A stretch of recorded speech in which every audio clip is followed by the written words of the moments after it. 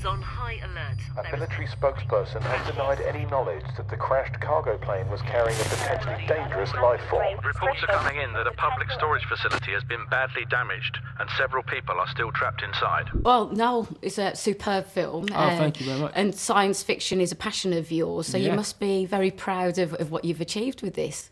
Yeah, we're very proud, man. I mean, like, yeah, it is a passion of mine. I think it's taken a while for me to be able to be in a position where I can give someone a script like this and they go, yeah, we're going to do it, you know, whether I direct it or not, you know, which I originally was going to. But I think people will now kind of, hopefully, you know, just pay more attention to some of the stuff I do. And luckily we got this one through and, yeah, very excited.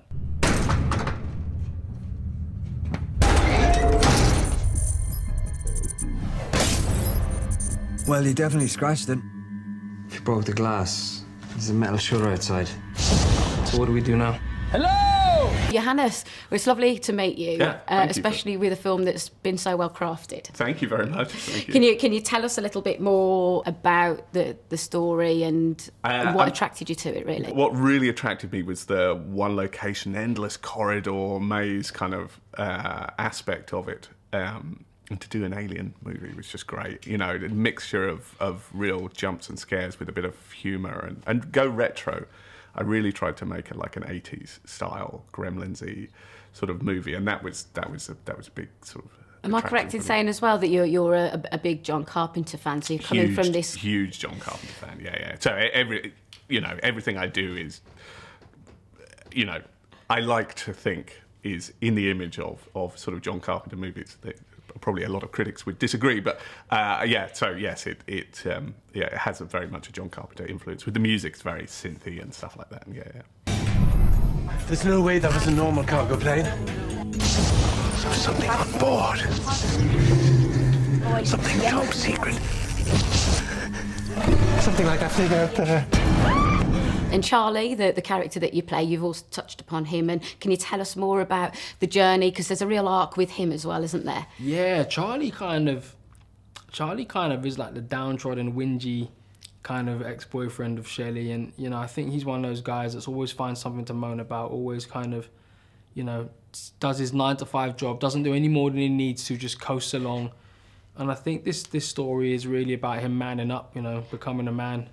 And learning that everything's not about him and he needs to do things for other people, and I think that's what he kind of learns throughout the story, which is important. You know? And as well as the other characters around him see that he has an integrity, doesn't he, really? Yeah, that's right. That's right. He's got like a moral code, you know, he kind of like, you know, just because you're a boring, whingy suit guy doesn't mean you don't have morals, you know, and he shows those morals while getting braver in the process, which is good. I think, you know, that kind of harkens back to my general writing in most of the films of being like dramas and stuff like that, you know, kind of have like character journeys, and it was important that we got character journeys in this film and didn't just have people running for like 90 minutes, like I said, you know. And, you know, in this film, it's about Charlie who's splitting his possessions with Shelley because their relationship's broken down. And I think, you know, we build up the film nicely with that stuff before we get into the action and before we get into the alien. So, you know, I think that stuff's important, you know, especially because we don't have the budgets here to just run from a creature for 90 minutes. You know, Americans got like $200 million and we don't have that. So, you know, we need to find cleverer ways to get into stories. Close the door. And obviously you've written the script, so yeah. How different was your vision of the alien to how was the completed one? Yeah. Yeah, it's different, but that was fine. You know, when you hire a director to do a job, you can't then go, hey, I'm hiring you to do this job now. This is how you're going to do it. You can't do that. You kind of hire a guy like Johannes Roberts that you've hired him because of his skills, so you have to let him do what he does. And so he had a base model for the alien, but then he was kind of like, right, go off from that base model and design the creature you want. And, you know, I'd get the photos come through, and then I've got them on my laptop, actually. I'd get the photos come through, and then I'd be like, yeah, that's great, that bit's great, no.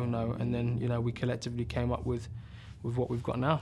The big thing was, I can't stand CG, you know, it's a sole CG thing. You need an interaction there. And you really need if the movie was going to transcend the kind of, oh, it's alien in a storage facility, you know, kind of thing, it needed to have its own life, and that was to give the alien a character. So it had to be practical. But on the other hand, a practical, you can't have a guy in a suit anymore because an audience just won't buy it. So it was a really complex mixture of Paul Hyatt, who did The Descent, designed this creature, and then mixed with really complex CG, and I think it looks incredible. Yeah, it just looks beautiful to me. They made it a woman, the design team. It had a big thing as well, which I had to say that cannot be shown on camera.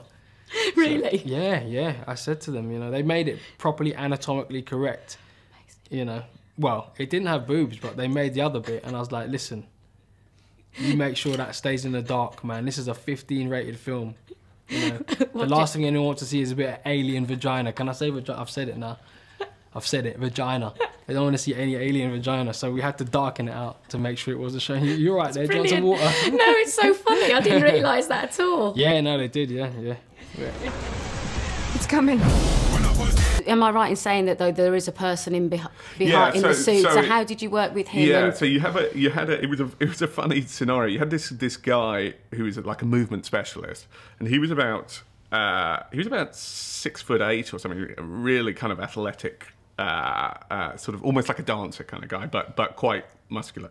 And then he was on stilts, and then you had a suit that he could just literally slip on, and then the hands would go on, and then the head would go on, but it was all kind of static. And then there was wire work as well.